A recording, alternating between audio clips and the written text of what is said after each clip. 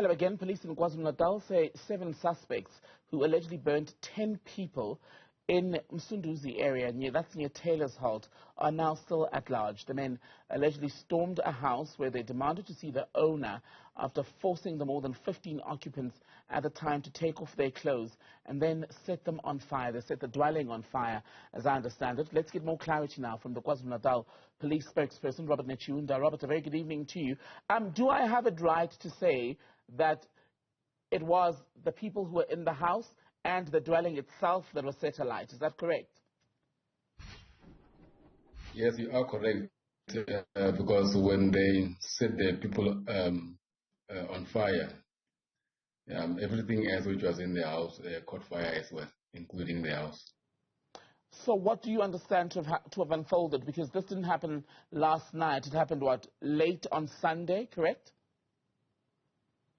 Yes, it happened in the evening of Sunday. And what are you told happened as police?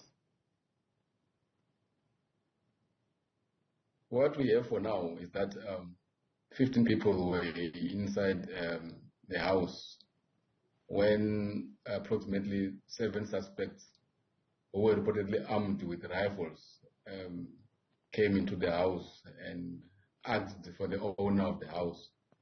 And when they were told that he was not around, that's when they reportedly ordered those who were in the house to undress. And then they poured liquid substances on their bodies and set them on fire.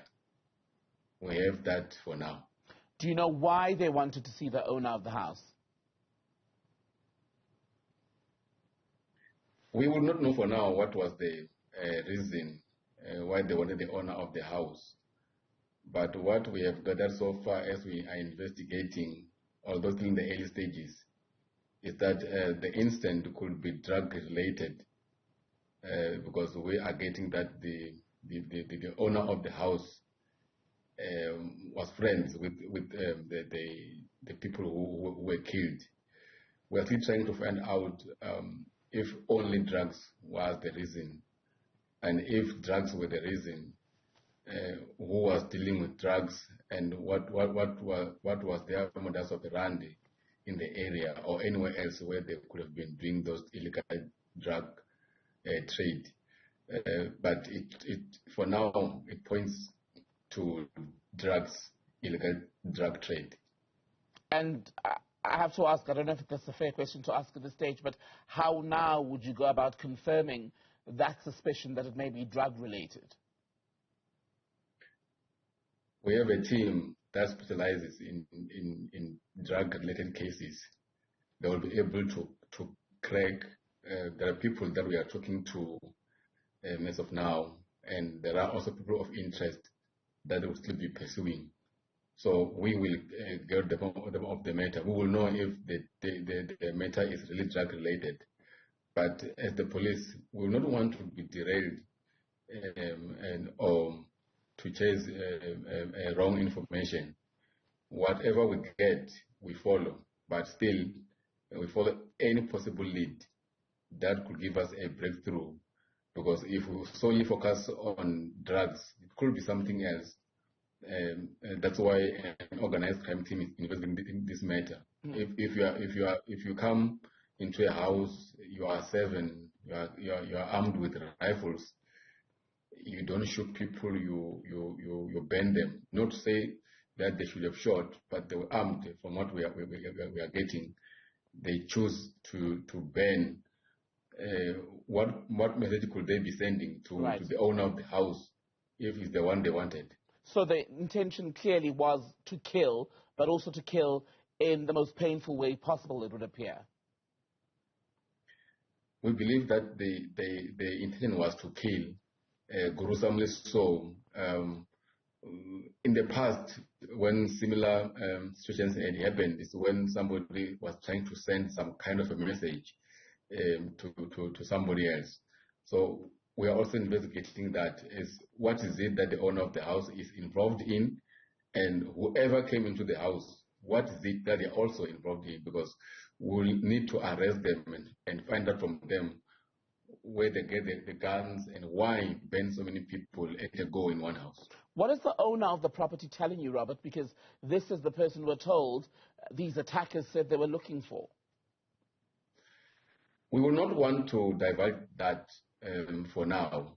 It's still premature for us to be saying anything that anybody is telling us until we make a solid breakthrough and arrest the people, because whatever we are gathering from people we are talking to and witnesses should be in our docket to be taken to court when the time comes. So are you able to give us an idea of who the people of interest, because you used that phrase earlier, are that you're speaking to? We will not do that, because that will also endanger them as well. Because as long as the suspects are still at large, whatever we do as the police, we must be mindful that they might go and execute anybody that we are talking to. And whoever we talk to, we are also tactical as the police, not to do it recklessly, so that we do not endanger their lives as well. Does that suggest then, Robert, at this point, that you believe that the attackers may very well still be in the same area? Yes, they're at large, but they may not be too far from where this crime was committed.